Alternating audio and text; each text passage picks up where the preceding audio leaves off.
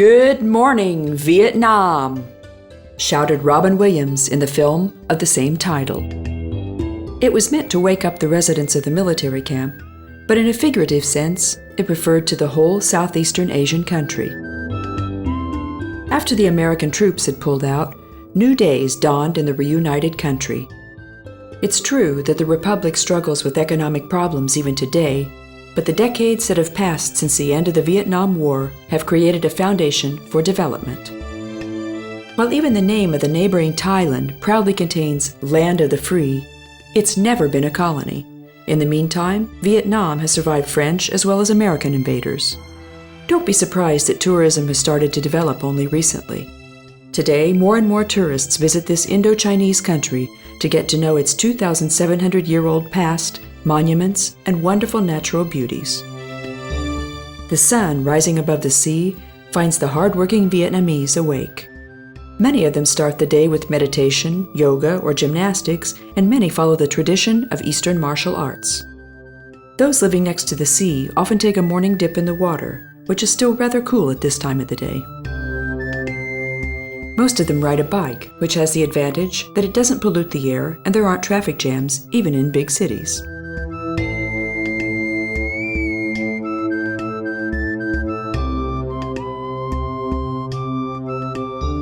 The panorama of Asian countries contains bright green terraced rice paddies. Rice is a basic food and is used in many Asian dishes, from soup to side dishes, one-dish meals to desserts.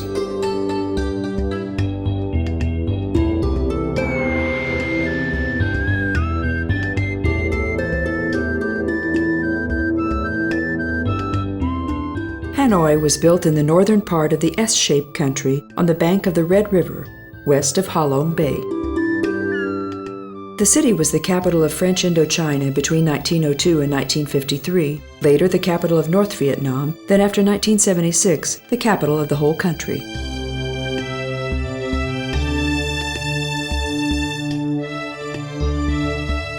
It grew into a metropolis with 3.5 million people out of a small riverside village.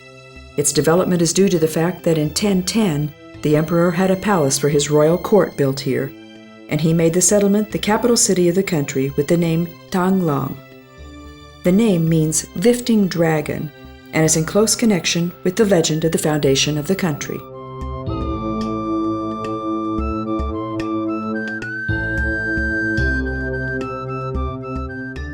The sights of Hanoi are focused on the Big West Lake and Hoan Kiem Lake.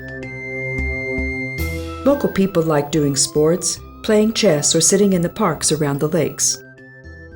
It's trendy to fly a kite and play badminton, both of which are ancient Chinese inventions, but due to globalization, we can also meet young people with skateboards or on motocross bikes. We can hire a scooter or a bike, or sit in a paddle boat.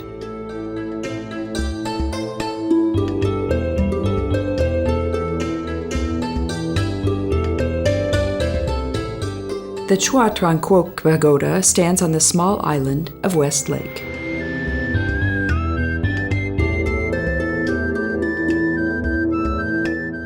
It's the oldest pagoda in Hanoi, was reconstructed in 1842, and has remained in this form till today.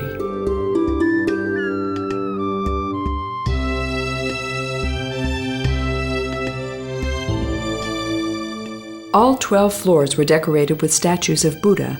Its turned-up roof was covered with shiny tiles.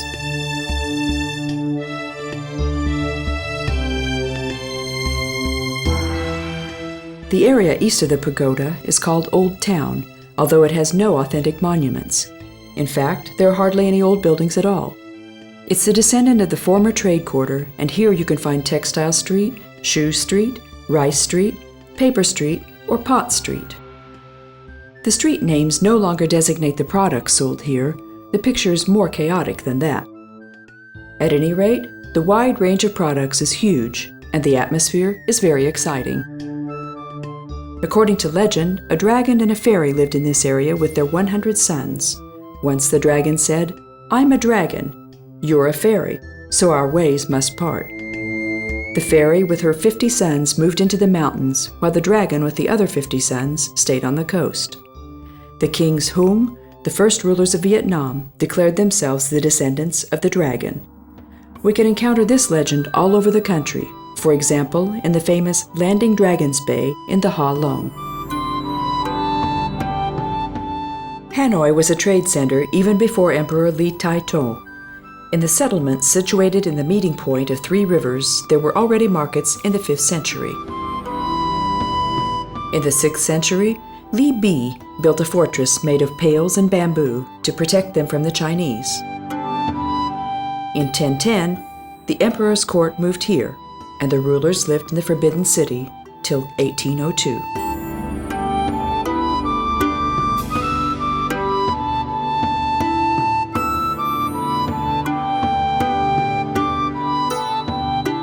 Emperor Li Tantong had the Church of the Empire, the Van Mu, built in 1070 in honor of Confucius. The university set up by him operated as a kind of state administration college training bureaucrats. From the Middle Ages, exams in Mandarin and competitions for academic degrees took place here. In memory of Confucius' 82 students, 82 turtles, carved out of 82 stones, stand here, with a plate of stone on their backs listing the names of those students who passed the Mandarin exams. The city, then called Thang Long, was a large construction site in the 16th century. Le Tuong Duc, fond of splendor, extended the imperial quarter. The parks next to the rivers and lakes, which can be seen even today, were set up at this time. The dam that created Lake Truc Bac, detached from West Lake, was also built then. In the next century, Thang Long became a double center, the seat of the Le Kings and Trien lords. This brought along the fast development and blossoming of the city, since catering to the needs of the 2 courts necessitated more workers, craftsmen, and traders. The settlement Bat Trong, which was famous for its ceramics industry, joined the city in these years. Foreign traders appeared one after another, maintaining storehouses and depositories here. But prosperity comes to an end sooner or later. In the 19th century, Jia Long made Hue the capital city. Trang Long stopped existing, and from this time on, it was called Bac Tan, Northern Fortress. Although it lost its political role, it maintained its commercial importance, and Chinese tradesmen, craftsmen, and traders settled down here. The city, which kept growing, was called Hanoi from 1831. From 1902, it was the capital of French Indochina.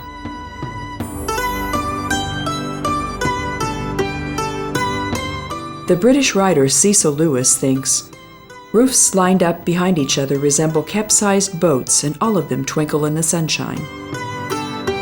Chinese architecture seeking harmony of landscape and buildings influenced Vietnam's pagoda architecture as much as the architecture of Thailand and Cambodia. The layout of the pagodas follows the traditions of Feng Shui, which is flourishing again today. The science of wind and water seems to create harmony everywhere, and it places an especially high premium on the relations between nature and the buildings made by human beings. The architecture of pagodas flourished between the 6th and 9th centuries, spreading in all countries in the Far East. The oldest remaining brick pagoda was built in 520 and was found in China, but some Vietnamese buildings are not much younger either. The churches are generally located north-south, and especially the construction of their roofs is unique. Based on their exteriors, it's difficult to say whether they're Taoist, Confucianist, or Buddhist temples. Taoism is a faith interwoven with Chinese philosophy and healing. Confucianism isn't really a religion, although it has a connection with the Indo-Chinese ancient cult, which provides the soul of the dead with peace through various rituals. Confucius followers may become Taoist or Buddhist. The most widespread religion of the region is Buddhism, which came from India in the 1st century. 3 branches of Buddhism are distinguished: Chinese, Tibetan, and Pali Buddhism. 93% of the religious Vietnamese are Buddhists, and 7% of them are Catholics thanks to French schools and priests, but atheism is gaining more and more ground. An interesting attempt to be found only here was born in the country, pagodaism. Graham Greene writes the following about it in his novel, The Quiet American. Once a year, pagodaists have a feast in their holy seat, Tay Ninh, 80 kilometers northwest of Saigon. They're always celebrating the anniversary of a liberation or a conquest or some sort of Buddhist, Confucianist, or Christian festival. Pagodaism is always one of my favorite chapters when I give a lecture about Vietnam to foreign visitors. Pagodaism, coming from spiritualism and uniting 3 religions, is a Cochin Chinese state official's invention.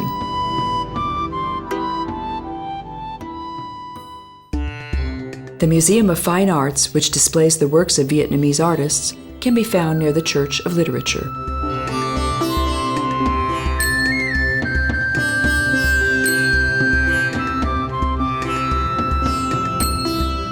Ho Shi Minh means enlightened. The mausoleum of the leader of the Vietnamese national movement stands in Ba Dinh Square, where he once proclaimed the independence of the country. The statesman asked in his will to be cremated, but his descendants erected a mausoleum for him, designed similarly to Lenin's mausoleum in Moscow, in which his mummified body is displayed in a glass coffin. Ho Chi Minh was born on the 19th of May, 1890, under the name Nguyen Tat Tan, as a poor teacher's son.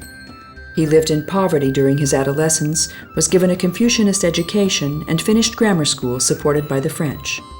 He was a sailor for 3 years on a French steamship. From 1915, he lived in London, then in France. He worked as a gardener, waiter, photographer, and fireman. In Paris, he got in touch with communists, and he spent a short time in Moscow. In China, the Vietnamese Communist Party was set up under his leadership. On the 2nd of September 1945, he proclaimed the independent Vietnamese Democratic Republic in front of a huge crowd in Hanoi. 24 years later, on the 2nd of September 1969, he died. Until his death, he was the country's president and prime minister. One example of his popularity is that his nickname was Father Ho. In his house, a museum in his remembrance has been set up.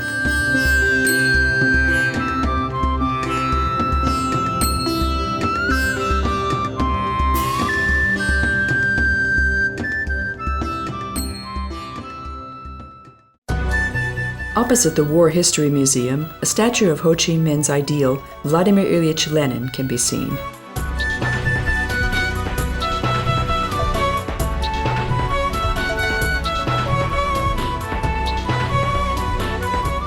The War History Museum, standing at the bottom of the flag tower, is a part of the Hanoi Fortress. The exhibition displays the relics of the war against the Americans. In the yard, big war equipment, tanks, anti-aircraft and artillery cannons, and crashed planes are shown, as they wouldn't have found room in the exhibition rooms. The showcases display various relics, small arms, posters, and photographs.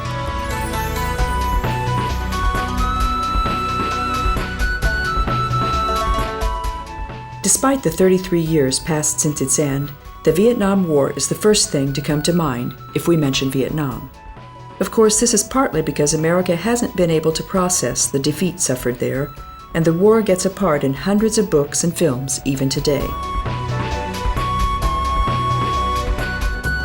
Besides Good Morning Vietnam, we may remember the films Apocalypse Now, Platoon, and Rambo. In the summer of 1963, in the Bay of Tonquini, 2 American warships were attacked, which was a good pretext for the American president and Congress to deal a blow to the country as an answer. The American Army, equipped with the most modern military equipment, didn't reckon with the endowments of the country, as neither Napoleon nor Hitler had when they were defeated by the unimaginable Russian winter. The American troops fighting in Vietnam were defeated by the jungle. After their first serious losses, the the Vietnamese tried to avoid big confrontations and waged guerrilla war, which was successful in the long term. They built hiding places and traps for their enemies in the impenetrable jungle, viable only by them. The country was broken into two parts in 1956 at the conference in Geneva: the Communist North Vietnam and South Vietnam, supporting the West. They were separated by the 17th latitude. The South supported the United States and hoped for economic help from them, while the Communists' hope was the Soviet Union. The country hadn't been able to recover after the war against the French, and immediately it found itself in the clashing point of the great powers. After 12 years of bloody fighting and the failure of several diplomatic negotiations, the South capitulated.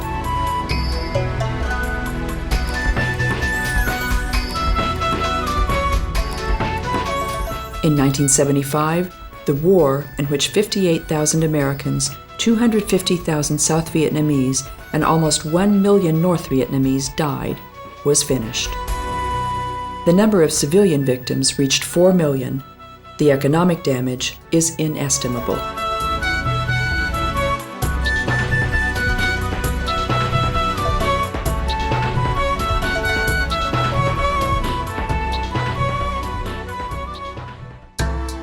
In all Asian countries, we can find passenger transporting vehicles that come from the Chinese rickshaw. Tricycles, in the back of which two passengers may have a seat, are still common in China.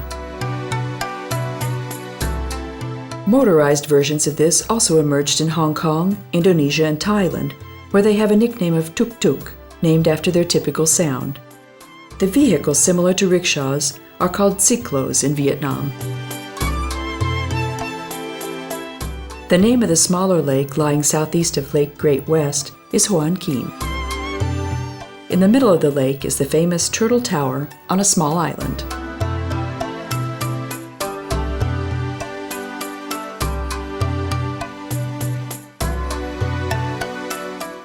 Emperor Li Tai-to, who lived between 974 and 1028, was the founder of Hanoi, and the inhabitants of the city think of him with gratitude. His statue can be found in the park named after him at Lake Hoan Kiem. Of course, there's a legend about the lake and the tower. When China attacked the country during the reign of Emperor Le Loi, a gold turtle emerged out of the sea with a sword in its mouth. The emperor triumphed over his enemies with the help of this sword, and as gratitude, he had the tower built. The turtle appeared again and took back the sword so that he could bring it back again if great danger threatened Vietnam, which was reigned by the Li dynasty for a long time. Li Loi gave the lake the name Hoan Kiem, meaning given back sword.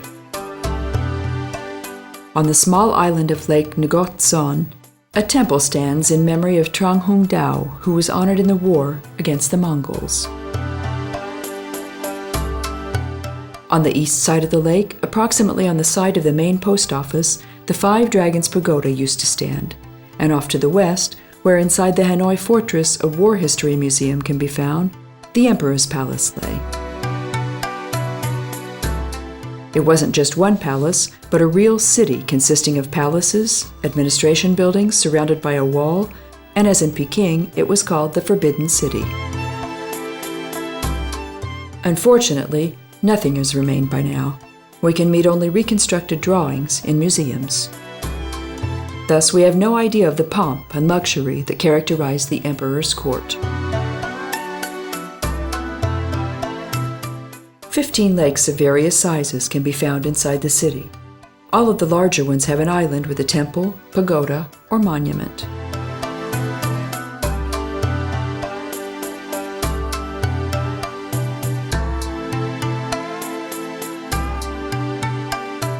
There are a lot of puppet shows in the world, but there isn't such a unique one as the Aquatic Puppet Show in Hanoi. The company, led by Li Van Ngo, often plays at cultural festivals abroad to spread the fame of their country.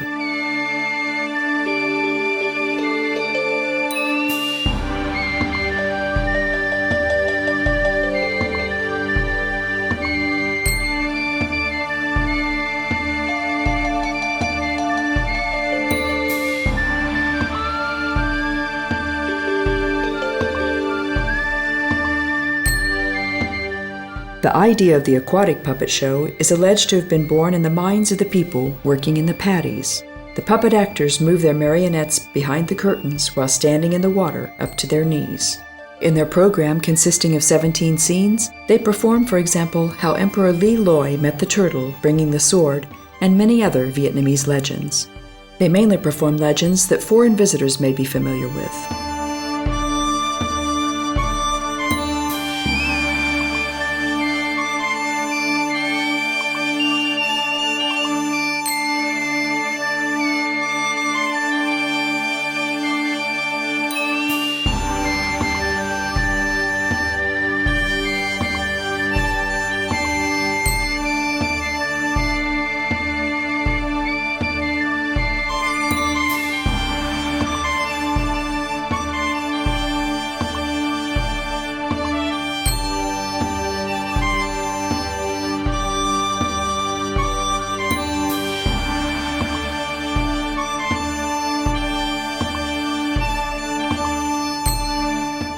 Unicorns, dragons, and lions start dancing, and we can see the dance of holy animals too.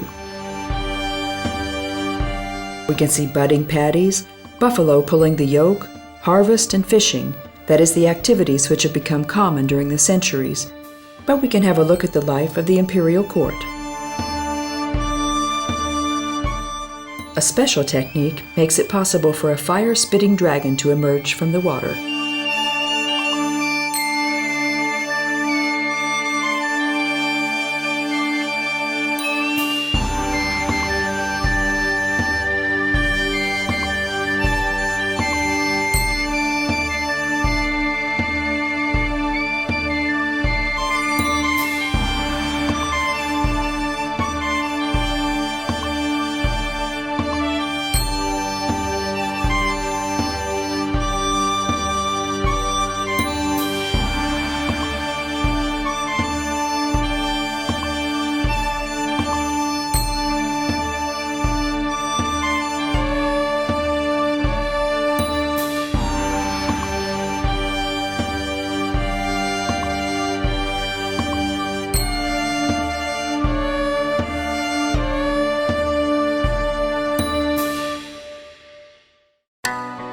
Anybody who's ever eaten in a Chinese restaurant has some idea of Vietnamese cuisine too, especially if that restaurant was in China or Hong Kong. Anybody who's been to Thailand, Malaysia, or Indonesia is familiar with dishes that can be found here, but of course, they're a little bit different. All the same, they come from the same roots.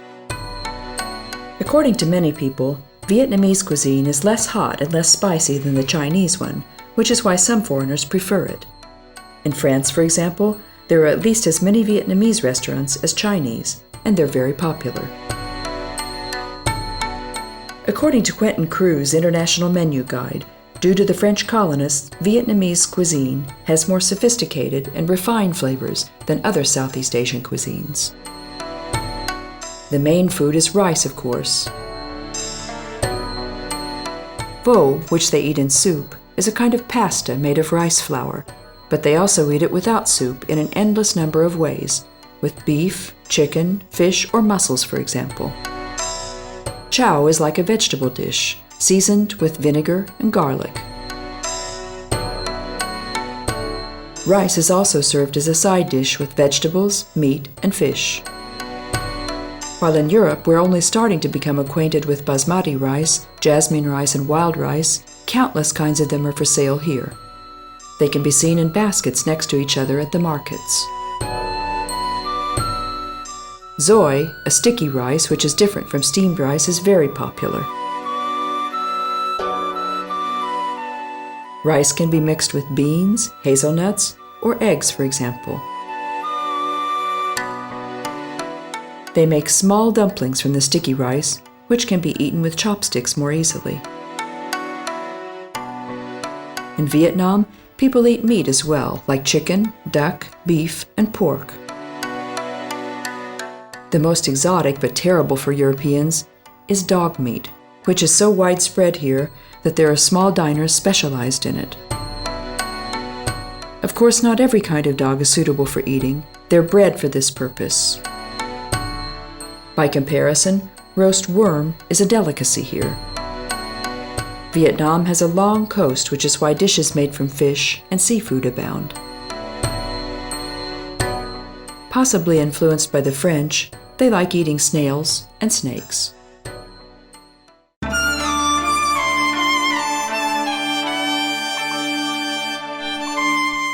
Ha Long Bay is one of the most beautiful natural sights of Vietnam. Old motor-driven wooden barges wait for tourists getting off the bus, and then balancing on teetering planks, they climb onto one barge after another until they get to the one assigned to them. The name means Landing Dragon's Bay, and according to a very old legend, when strangers attacked the country, a dragon mother couldn't watch the suffering of the people living here, so she flew in from the sky to offer help. According to the legend, invaders once came here on white sailing boats, destroying pagodas, houses, and gardens, and wanted the Vietnamese to be yoked. Up in the sky, the dragon felt sorry for them and landed. She scattered the bay with pearls, which turned into jade stones in the water. The stones shattered the fleet, and then when she was out of stones, she stood in the way of the boats with her body. So she was able to rescue the people living here, who respect the dragon that the bay was named after. Fishermen say it occurs at hazy dawn that curious dragon heads rise out of the waves.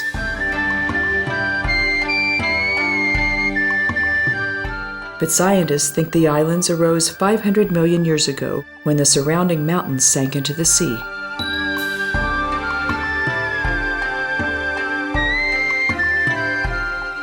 The height of these limestone cones is about 50 to 200 meters, and this is the largest sea karst formation.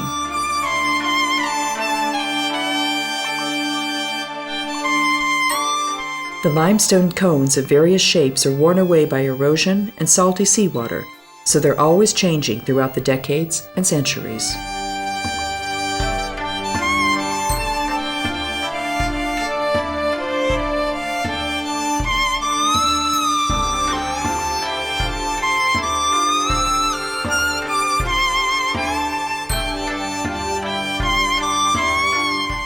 Romantic coasts form a border to the small islands, and in the cliffs, countless caves hollowed by wind and water can be found. There are also dazzling limestone cliffs and bare bluffs, but most of them are covered by green flora. Because they have a sugarloaf shape, they aren't suitable for building houses, so they've been able to remain intact.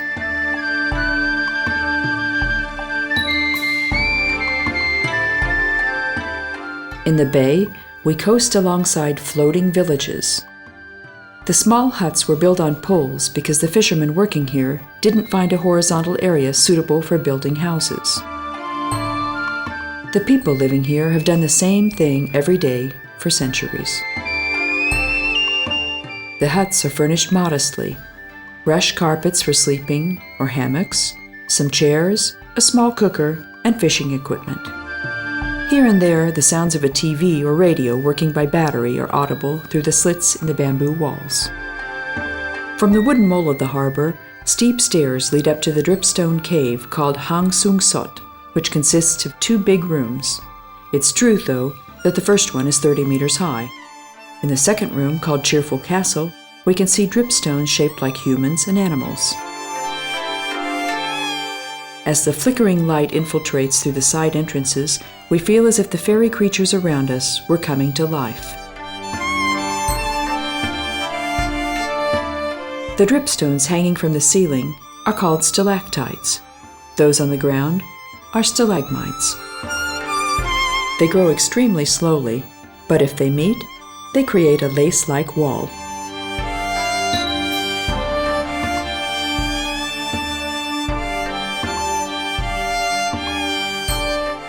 Landing Dragon's Bay is only 150 kilometers from Hanoi, but because of bad roads, the journey may take 5 hours. This nature reserve joined the list of the World Heritage in 1994. Several films have been shot here. Maybe this is even the most well-known place of the country. There are few such spectacular landscapes in the world, Only Phang Nga in Thailand can rival with Ha Long. A geologist writes, the remainders of the limestone terrace, which sank because of crustal movements and plate tectonics and were flooded, rise out of the water, forming fantastic island hills. The solvent action of the extremely abundant annual 3,000 to 5,000 millimeters of precipitation, the wash of the sea, and the abrasion created special cliff formations and huge caves in the limestone. The coasts of the tiny islands are meshed by mangrove moors. But most tourists make do with the grand view. The only big inhabited island of Ha Long Bay is Cat Ba. Over 20 years ago, its whole area was proclaimed a national park. While walking on the island along mangrove woods, watercourses, and waterfalls, we can observe the island's exotic birds.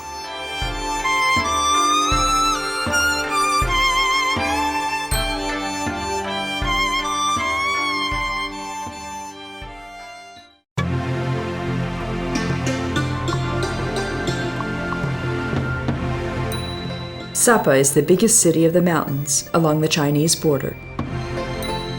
Vietnam lies on the east side of the Indochina Peninsula. Its shape is like a lengthened S, but local people see it as a reclining dragon. The country is bordered by China, Laos, and Cambodia from the land, and Siam Bay, the South China Sea, and Tonkin Bay from the sea. The land of various surfaces can be divided into 5 regions. The delta of the Red River, originating in China, which is a 3,000 square kilometer triangularly shaped plain, the North Highlands, with various sized mountains and highlands and the highest peak of Vietnam, Phan Xipant, the Middle Highlands, the lower ranges of which are covered by jungle, the fertile Mekong Delta, the area of which is 13 times as big as the delta of the Red River, and the narrow coastal plain.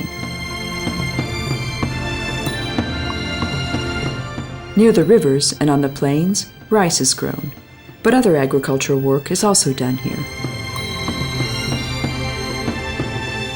The most underpopulated area is the Central Mountain Range, covered by jungle. The density of population in the 2 big cities is quite high, with the industry of the country concentrated here. The mountain range on the northwest part of Vietnam is famous for the mountain tribes living here, among others Hmongs and Djaos, who are easily identified by their colorful tribal costumes and unique jewels.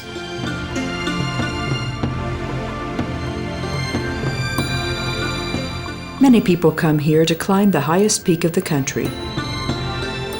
2 Hungarian climbers have shared their experiences with readers on the internet. Phan Xipant, with its 3,143 meters, is the highest peak of Vietnam. It can be climbed from Sapa, which is a small town in the mountain near the border of Laos. It's inhabited mainly by tribes dominated by Hmongs and Djaos. Everything got off to a good start. We arrived from Hanoi on the night train. From here we went on by bus to Sapa. The sky was clear, the countryside was beautiful, and we didn't have to bargain with the bus driver as the price of the ticket was acceptable. In the afternoon, we started to organize the trip. According to our information, we could hire a guide for $6 to $7 a day. We thought we would ask neither for a porter nor accommodation. We would take tinned food and sleep in a tent. But at the travel agency, there's a routine. That is, for $75, they take you by jeep to the gate of the mountain, the pass, from where you can walk up to the shelter. They bring your luggage, give you hot food and drink. Then the next day, you can climb the peak, then return to the shelter, and back home. Instead of this, we went to the nearest village to find somebody who was willing to guide us to the peak. We were able to make an arrangement with somebody. In the morning, we had to arrange some documents, admission tickets to the national park, and insurance. About 9:30, we left for the pass. It was spitting with rain, but it wasn't very cold, and there was very little fog. We covered the first 10-odd kilometers on the concrete road to the pass where the gate of the mountain stood.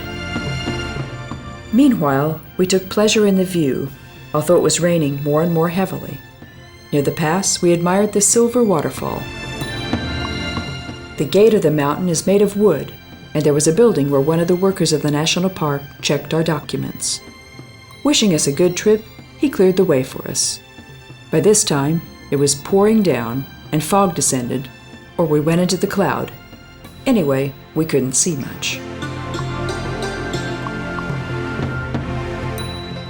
Whether we visit the Landing Dragon's Bay, or climb Fancy Pant, or admire the paddies and the Silver Waterfall, we'd like the weather to be clear and pleasant, especially if we want to take photographs and video. So it's very important to choose the best time to travel to Vietnam. In Europe, those who can afford it go on holiday at least twice a year, and if they don't like winter sports, they escape from the rough European winter. In Indochina, the weather's the best at the time when it's the worst on the continent.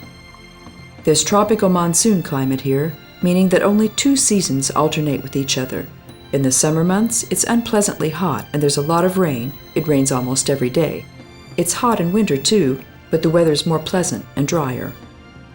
At the embassy, they say, as a matter of fact, there's no good or bad period to visit Vietnam. When one region is soaked by rain and it's cold or unbearably hot, in the other regions of the country, the sun shines nicely. In the southern part of the country, 2 seasons can be distinguished. The rainy season lasts from May to November. The dry season lasts from December to April. In the middle regions of the country, the weather is dry from May to October and rainy from December to April. The weather in the mountains is somewhat cooler. At night, the temperature may fall below 0. In the north, cool and wet winters alternate with hot summers. Vietnamese cities are characterized by the narrow, high buildings painted in various pastel colors. The simple facades with balustrades are called Neo-Greek by architects, and we can truly recognize a look of streets in Athens. However, they weren't created to be similar, but because of economic necessity. The price of property here is relatively high, which is why these houses have a small ground space and are expanded upwards.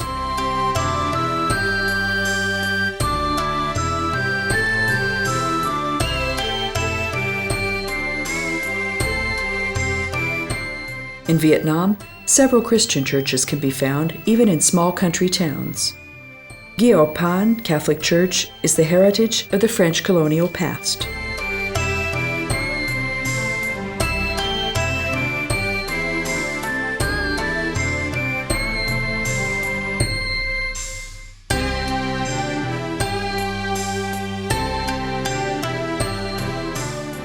The city Sapa, just like Chiang Mai in Thailand, is known for its night markets. From evening to dawn, the streets and squares turn into a huge marketplace where we can buy incredible things. Because China is so close, we can find goods common at the Chinese markets, like electronical appliances, clothes, or shoes. Those who want to climb mountains or hike can buy a sleeping bag, hiking boots, Wellingtons, tent, Macintosh, tourist stick, but second-hand military equipment can also be bought. We should concentrate on the carvings, embroidery, goldsmiths' work, and pottery of the local mountain tribes instead of the goods available all over the world. Their consumer goods and ornaments don't get out of either the country or the province, so they can be bought here only. Chinese tinned food, spices, soup powder, fresh vegetables, fruit, and sweets are sold here.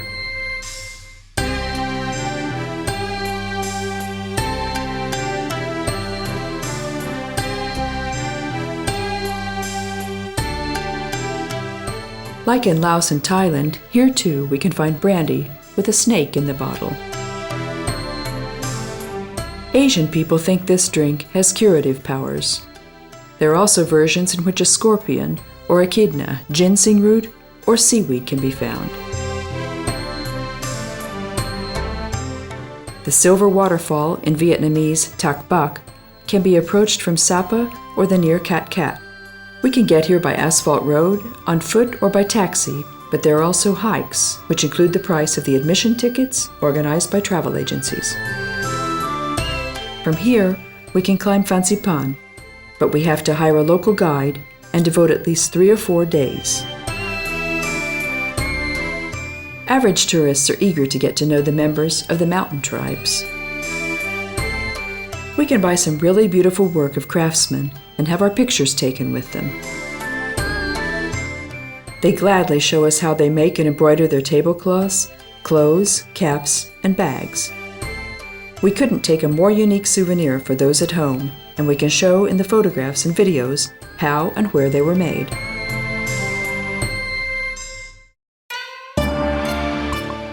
Huang Lian, the gate of the nature reservation, is a visitor's center.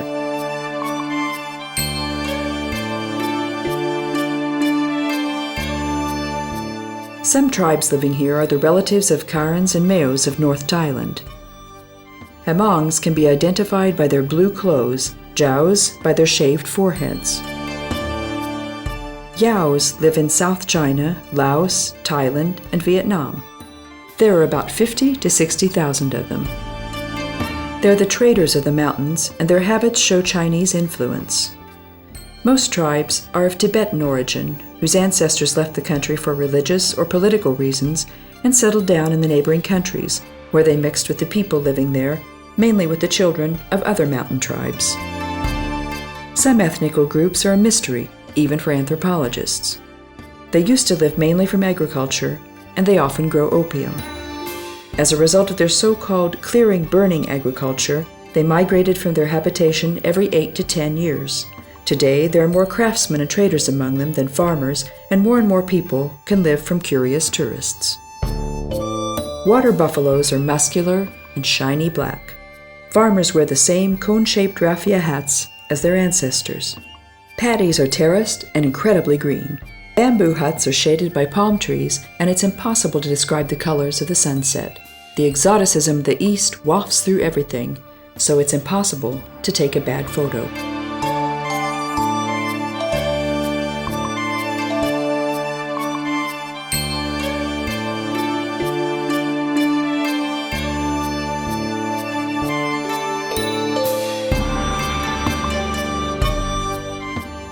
The tribes direct the water of the mountain springs in bamboo pipes down to their huts standing on poles, which are equipped with all modern conveniences. The water of the river is ice cold but clean and is suitable for drinking, cooking, and washing.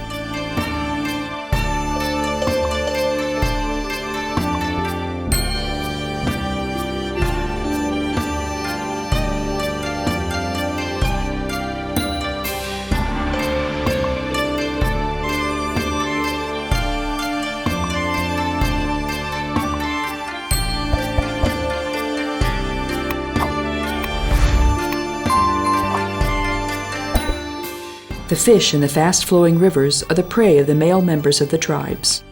The mountains provide the local people not only with fruit and mushrooms, but also firewood.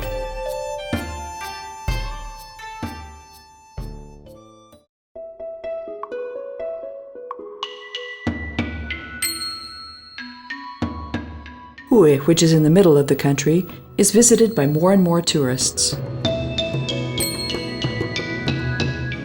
The city began to flourish at the end of the 19th century when the Nguyen dynasty moved its capital here. Despite the fact that during their reign the country lost its independence and became a French colony, Hue flourished until 1945. That year, the last Vietnamese emperor, Bao Dai, resigned. Hue's main attraction is the Emperor's City, or Forbidden City, as it used to be called. Today it's allowed to enter it, although it's true that there isn't much to see. The imperial building, built of wood on a stone base, burnt down during a fire in 1947. In 1968, Hue was able to make a stand against the siege of America for 25 days, which also dealt a blow to the monuments. Some pagodas, halls, and other buildings in the old city have since been reconstructed. As the stone bases of the palace are undamaged, and the plans as well as some drawings and photographs have survived, We can hope that the wooden palace will regain its old brilliance by the time reconstruction has been finished. The Forbidden City was really city-sized. It was surrounded by conduit and high walls. The main gate had 5 entrances. The middle one was used only by the emperor. 2 smaller ones were used by officials, mandarins, and soldiers.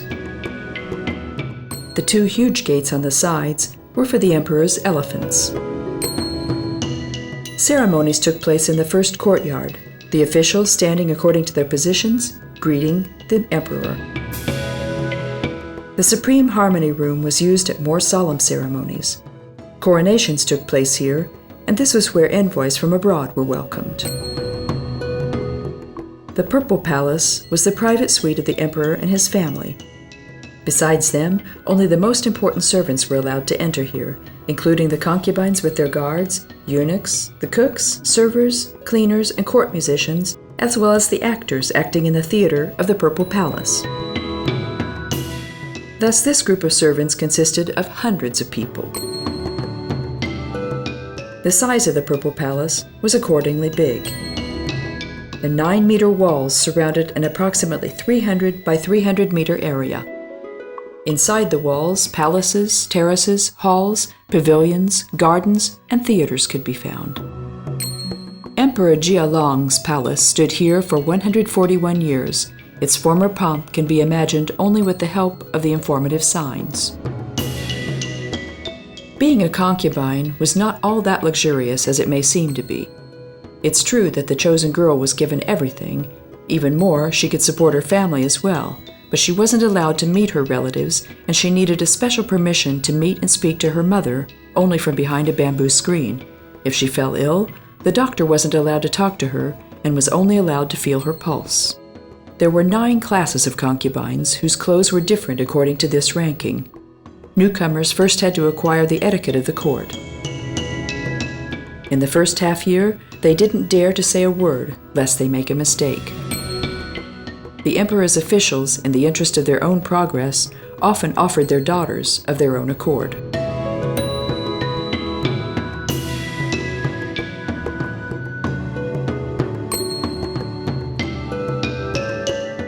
On the riverbank, outside the walls of the emperor's city, a pleasant park can be found, flanked by hotels and restaurants. The old city is called Citadel, although it was never a citadel, and hardly anything of it can be seen. But on its flag tower, the red flag with yellow stars flies proudly, and its friendly streets invite us for a walk.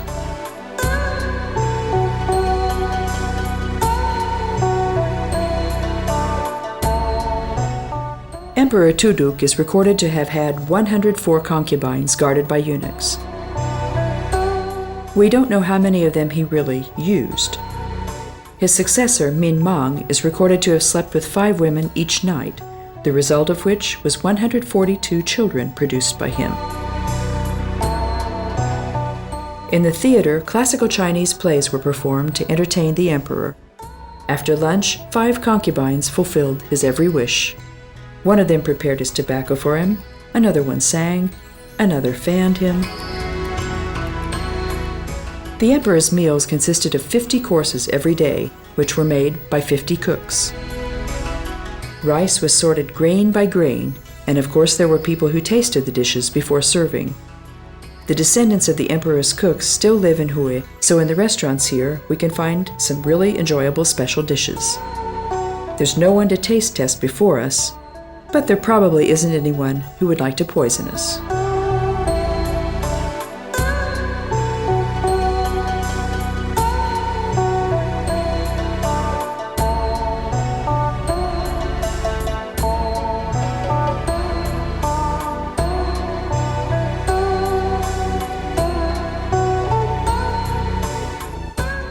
By all means, we should have a look at the bronze urns as tall as a human being, symbolizing the power of the Nguyen dynasty. They survived the centuries safely. The 9 urns weigh 2.5 tons each.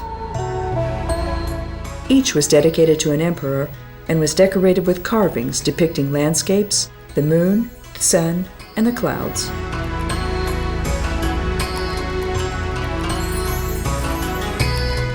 The monarchs of the Nguyen dynasty are buried in the cemetery known as the Emperor Tombs of Hue, south of the city. The ruinous cemetery is part of the World Heritage and is being renovated. The fourth emperor of the dynasty, Tuduk, was a philosopher, historian, and poet who wrote 4,000 poems. He planned his own tomb complex on a small island of a pond. The curiosity of the lavish tomb is that the emperor's carved sarcophagus is empty. It isn't known where the emperor really rests because the 100 servants taking part in his funeral were executed. The market in Hue meets the everyday needs of the people living here, and it isn't a place made for tourists. Maybe that's why it's interesting. Coconuts, mangoes, bananas, and pineapples are sold by their growers, but there are also pots and pans, household commodities, and flowers.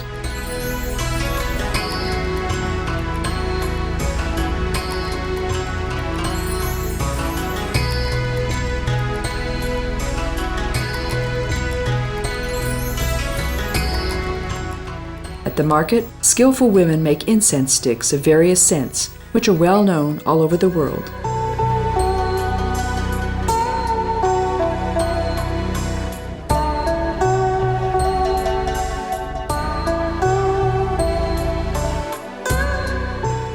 Other craftsmen make various hats of raffia, cane, and bamboo. The sculptors also make their work of various materials and subjects in front of our eyes. The majority of the statues made of porcelain, clay, and wood depict Buddha and known figures of Vietnamese tales and legends.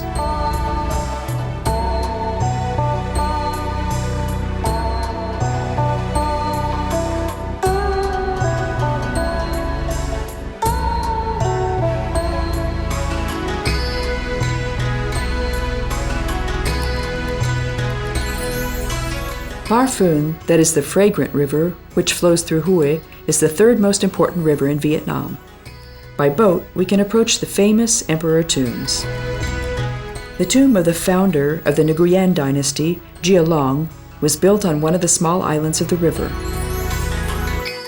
The tomb of Minh Mang, who had 33 wives, countless concubines, and 142 children, was built in a huge park according to the maxims of classical Chinese architecture. The tomb of his son, Thieu Tri, can be found nearby, which is like a miniature of his father's. Experts think Khai Dien's tomb mixes the features of Vietnamese and European styles in the most beautiful way. The Tien Mu Pagoda was established at the beginning of the 1600s. The 21-meter-high, 7-story building with an octagon-shaped ground plan was built in 1844 and can be seen even today. The legend says the founder Nguyen Hoang met an old woman who told him to go east along the river Par Phun and take an incense stick with him. He should build a pagoda at the place where it burnt out, and so he did. The Tien Mu Pagoda is famous for being the center of the opposition movement in the 1960s. In 1963, Thich Quang Duc burned himself to death to protest against the measures of the Vietnamese president. The photos taken of his protest traveled throughout the world press. Today, everything is much more peaceful. Monks with heads shaven bald, wearing crocus yellow and light blue gowns, and apprentices walk among the walls, which have witnessed a lot.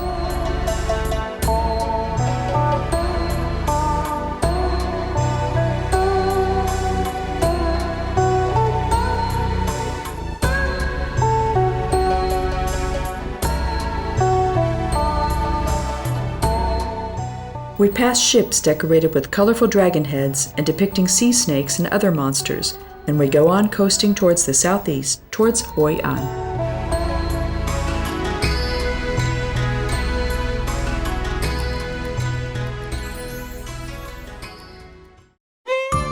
The coast of Hoi An is 4 kilometers from the city on the east. We can reach here by taking part in an organized trip, but we can go by cyclo. In the waters on the coasts, fishermen can expect an abundant catch. In the sea, they can catch herring and mackerel and sawfish, but the fresh water is also full of fish. There are a lot of kinds of crabs and turtles, which are often seen in the kitchens. On the coast, we can often encounter otters, which are water mammals with shiny fur. Among reptiles, geckos and lizards are worth mentioning. Both are very useful as they eat mosquitoes and flies, so they protect us from many inconveniences.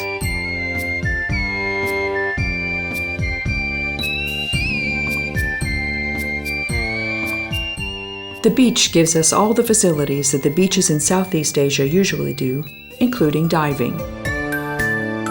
Two big companies deal with diving instruction, lending necessary equipment, and guiding tourists. We can hire a surfboard, boat, or catamaran. We have to pay for a deck chair and parasols, but they don't cost much.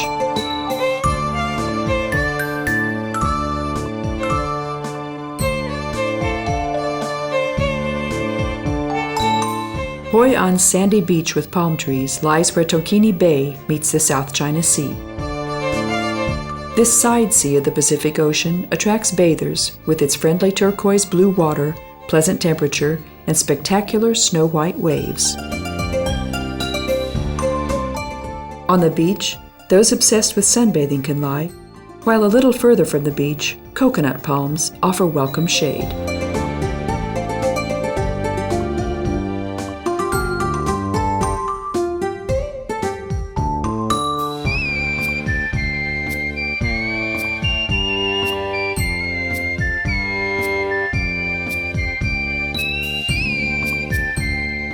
The yellow, orange, blood red, purple, and gold play of light and the soft darkness over the sea provide us with an unforgettable sight, just like the tiny, colorful lamps floating on the sea.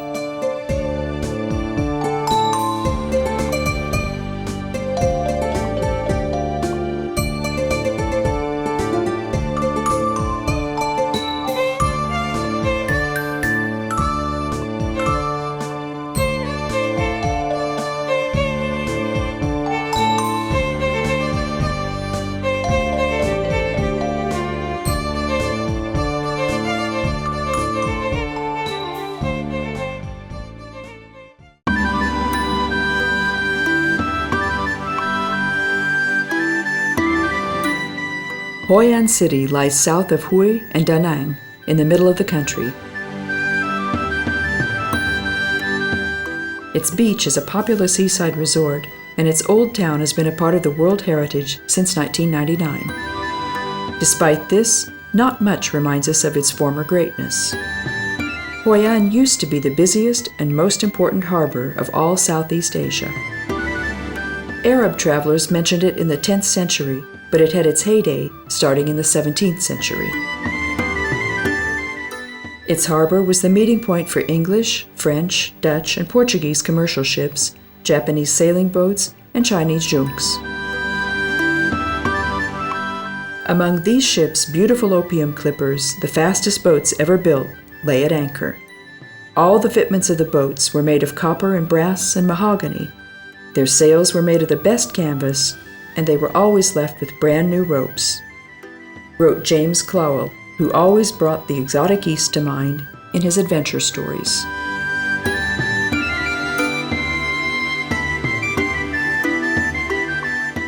The main attraction of the city is the ornate covered bridge, which was built by Japanese tradesmen. Tradesmen often waited for months for a favorable wind to get home. Until the wind arrived in Hoi An, they hired houses and storehouses for their products, waiting for transport. Many of them married a Vietnamese woman and didn't want to sail away anymore. However, if he did, he left administrators here so that the business could go on smoothly. Initially, the majority of the people were Japanese, but then by the 18th century, the number of the Chinese tradesmen reached 10,000. Their colony was divided into groups according to their place of origin.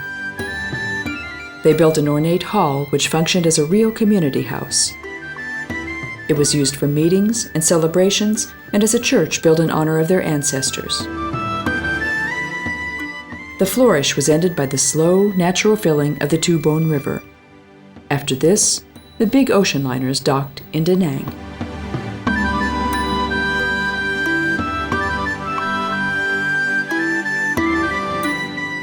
Foreign traders walk along the streets of the city even today so that they can make purchases for their shops. And of course, individual customers and tourists who like bargaining for a nice fan, rice paper lamp, or bamboo basket also come here. Wood carvers from here are famous for their nice work all over the country. Rice paper is used to make lamps and lampions, which are popular abroad. Colorfully painted fans of various sizes are made of rice paper, but exercise books and photo albums are also bound in it. Inlay pictures are made by skillful hands and endless patience.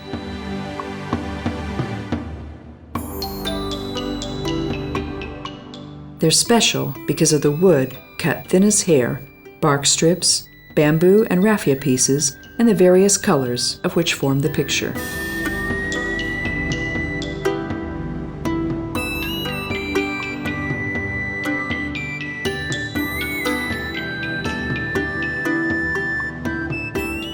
In local restaurants, music such as this is presented to those interested in genuine, original culture.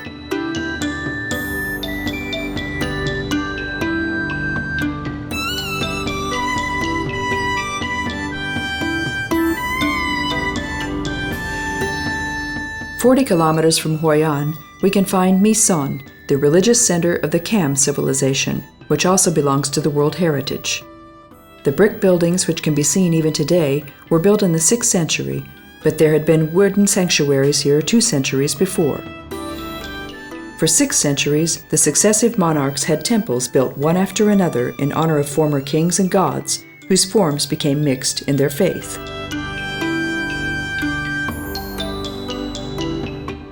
The importance of My Son started to decrease after flourishing for 6 centuries. Then for another 6 centuries, it was forgotten totally. Only at the end of the 19th century did French archaeologists find its ruins.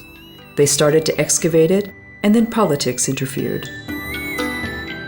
Only 25 towers of the former 70 towers can be seen today, though the Americans did everything to destroy the monument. Vietnamese guerrillas hid among the ruins, making the area a favorite target of bombers. The outer appearance of the group of temples reminds us of Ayutthaya, but especially Angkor.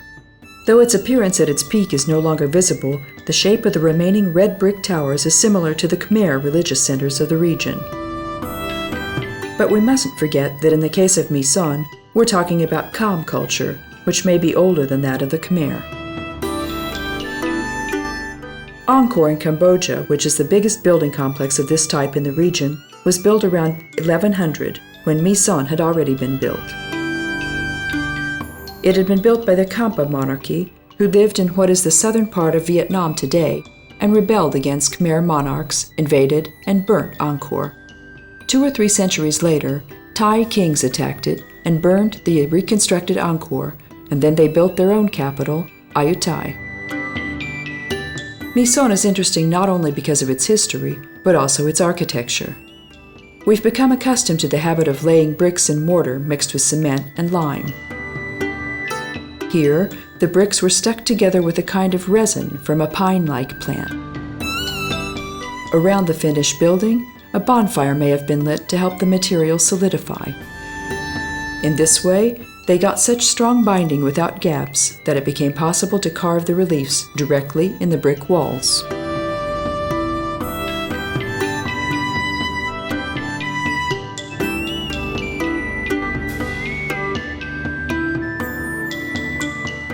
Near the ruins, graceful dancers offer folk dances to entertain the visitors.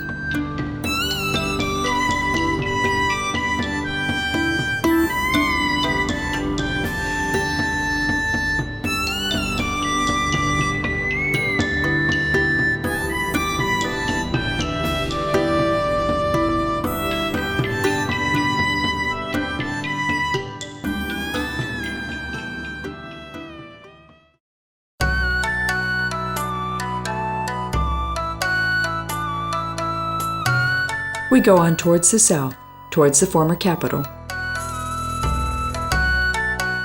The former Saigon has been called Ho Shi Minh since 1975, and if we don't know it from anywhere, we must have heard it from the musical entitled Miss Saigon. It lies in the south of the country, only 20 kilometers from the border of Cambodia, but 1,760 kilometers from the capital of today, Hanoi, with which it's linked with railways and public roads. Over 6 million people live on its 2,000 square kilometers. Pagoda construction is as typical of Vietnam as China or Japan. A technical book on Far East architecture writes, "The main buildings of the Buddhist temples are the main hall and the pagoda." These buildings stand on a square courtyard enriched with a covered corridor, a distant relative of the medieval ambulatory. An inner gate leads to the inner courtyard. The house of reading to people, the hall of teaching, the repository of holy books and relics, bell hall, and priests and monks' sleeping halls belong to this group of buildings. Offices, official and farm buildings, storehouses, dining rooms, and a lot of other various-sized establishments completed the building complex, which was arranged following the Chinese pattern.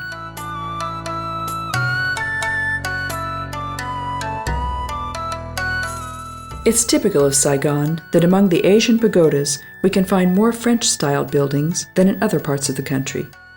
Buddhist believers often buy songbirds in cages. They're sold near the temples and have the significance that believers are allowed to let them fly away, thus paying off the good actions for that day. There's a shocking number of bikers and motorcyclists. The proportion is the following: 3 million motorbikes and 400,000 cars. Today, the building that had been built for the Indo-Chinese French governor is called Palace of Reunification. After the French left the country, it became the Vietnamese Prime Minister's residence. He called it the Palace of Independence. In 1962, the building suffered such serious damage that it had to be reconstructed almost entirely. The new 20,000 square meter building was planned by Ngo Viet Thu. In the park, we can see the famous tank that broke through the gates of the palace on the 30th of April, 1975. This was the end of the Vietnam War.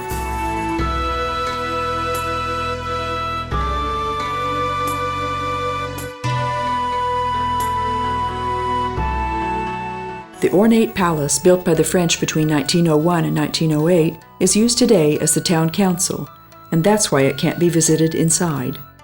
The building is called Hotel de Ville.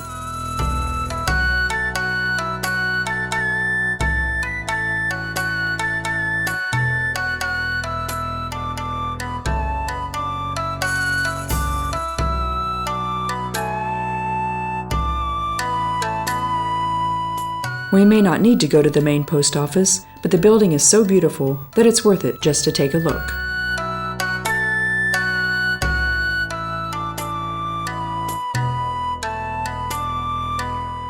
There's life in the streets. Motorcyclists, cyclists, and pedestrians hurry home to do their business.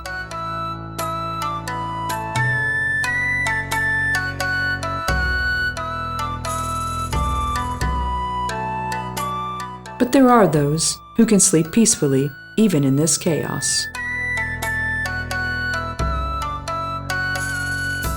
Notre Dame Cathedral was built by the French between 1877 and 1883. It's one of the most beautiful Christian churches in Vietnam. In front of it, the statue of the Virgin can be seen. Ho Chi Minh is famous for its markets too. Ben Thanh is the best-known marketplace in the city. Its facade, built by the French, has become the symbol of Saigon. In front of it, in the roundabout, Tran Nguyen Hai's equestrian statue can be found on a modern pedestal.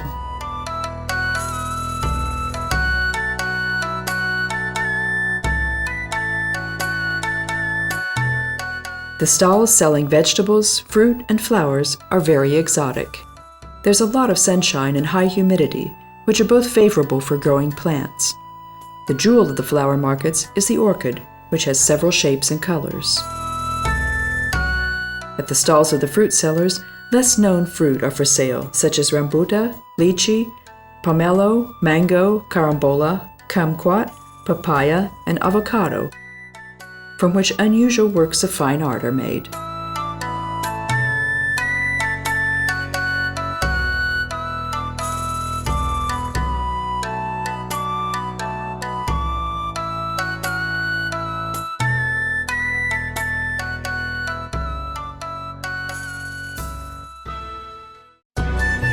Chu Chi War History Park is a multi-level system of tunnels which is 200 kilometers long. The establishment, lying 70 kilometers from Ho Chi Minh City, the former Saigon, is now a museum.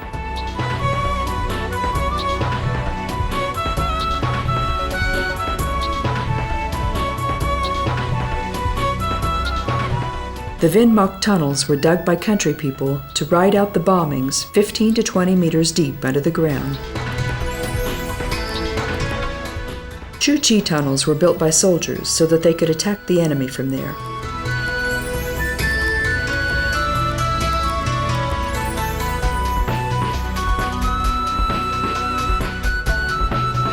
In the Visitor Center, a film in English shows how the tunnels were built and how people lived, ate, slept, and debated in them. We can see archive records made by correspondents.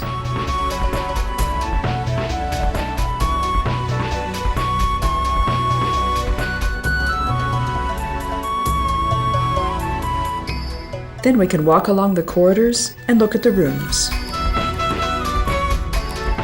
The corridors have been widened so that tourists can enter. One of the strategies used to be that big and tall American soldiers got stuck in the narrowing corridors, through which small-figured Vietnamese could pass easily.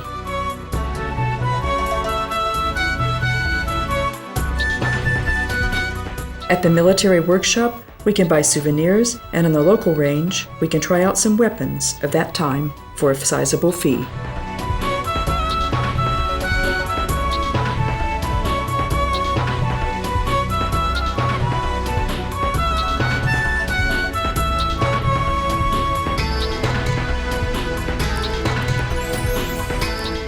The sap of the rubber tree is the basic material of rubber production.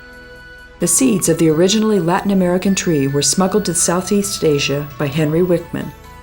The trees, which can be as high as 40 meters, are suitable for rubber production from the age of 5 or 6. The bark of the tree is ripped up with a special knife.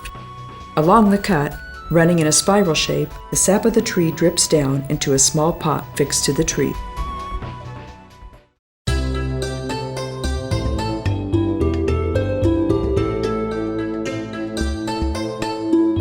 The 4,220-kilometer-long Mekong River originates in the Tibetan highlands. Its delta is 40,000 square kilometers. In rainy season, the river can't transport the huge amount of water which swells Lake Tonle Sap in Cambodia. On more than a fourth of the delta region, there's intensive rice cultivation, but fishing is also important. Fishermen, farmers, and craftsmen live in the villages standing on poles. There are 1, 2, or 3-day trips organized to visit these villages. The activities and prices of the bus trips from Ho Chi Minh City are very similar.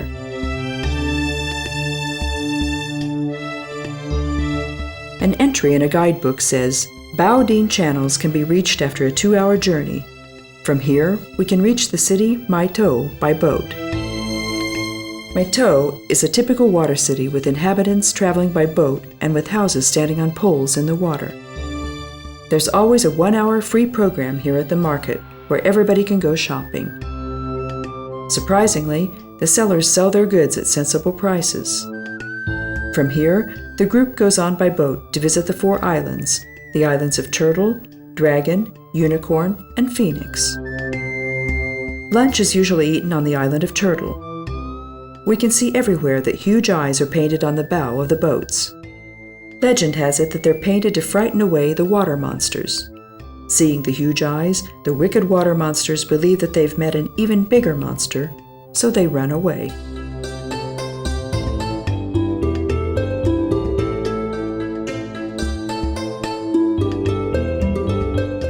Instead of asphalt, there's water. Instead of cars, there are boats. The world of the channels is really special. The coasts are populated by huts built on poles, the bamboo framework of which is covered by rush. The roofs are made of palm leaves, but they use tin as well. Narrow wooden planks lying on pails are used as sidewalks. Through the openings, we can see inside the huts, so the people of the huts live their lives under the public eye.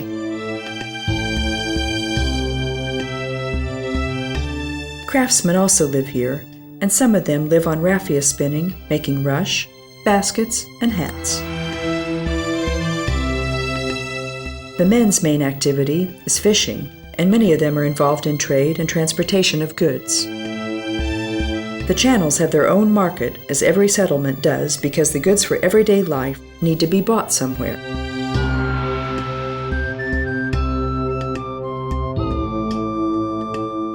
At the floating market, the boats are the stalls. On all boats, there's a stick rising up to the sky where the goods to be sold are hung. You can buy food, vegetables, fruit, lamps, matches, pots and pans, even clothes.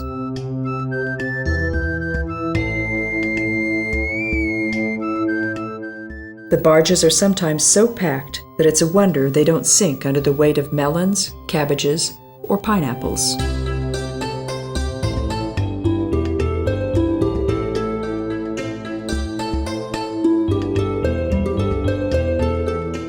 The rowers and riders weave in and out with fantastic mastery in the chaos without any traffic rules.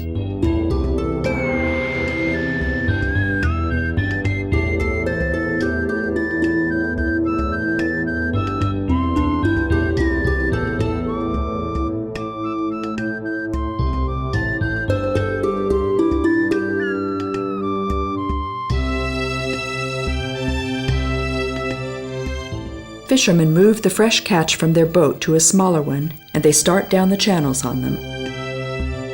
Of course, there are wholesale purchasers, but housewives can't resist the goods still alive.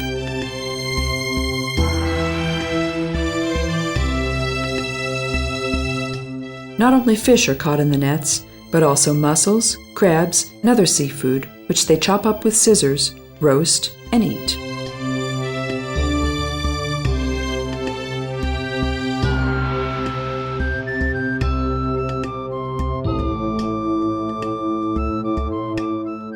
In the small refectories set up on boats or in palm huts, we can try these extraordinary dishes.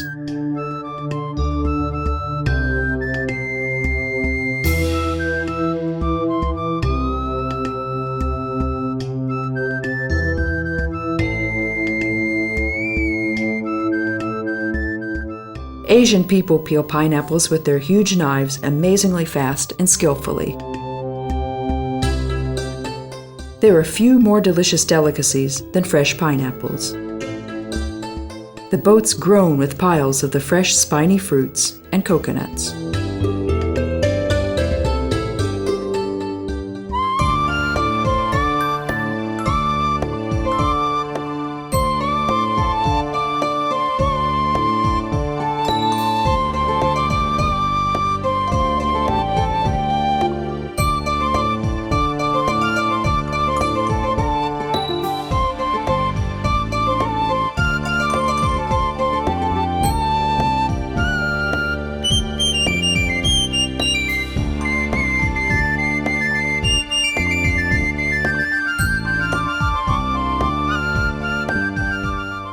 Small factories making rice paper have been set up on the coast because this technology needs a lot of water.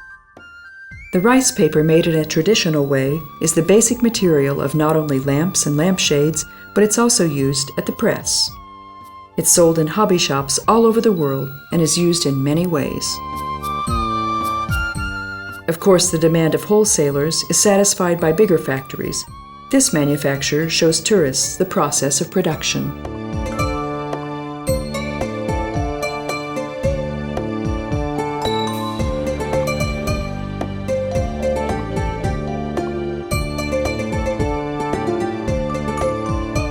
Travel agencies try to show all the sights of the region, for example an apiary, crocodile farm, or a small factory making sugar.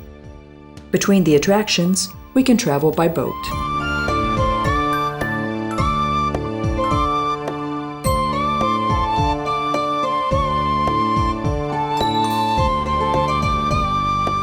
Coconut candies have been Vietnamese children's big favorite for a long time. They're sold at every market and are made by hand even today with fantastic mastery. The candies are chopped and then wrapped into rice paper, but so fast that we can hardly follow with our eyes.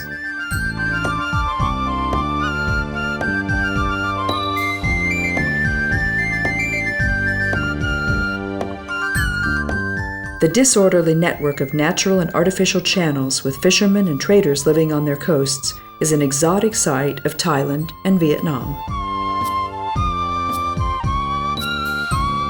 It has fascinated the likes of Somerset Maugham, Joseph Conrad, Rudyard Kipling, James Cloll, and Graham Greene. The world of the channels has hardly changed for centuries. It's a sign of modernization that some of the boats are driven not by paddles, but engines which are put at the end of a long stick, so it's also used as a rudder, and they are lifted out of the water in neutral gear. They're filled up at floating petrol stations, which is not an everyday sight.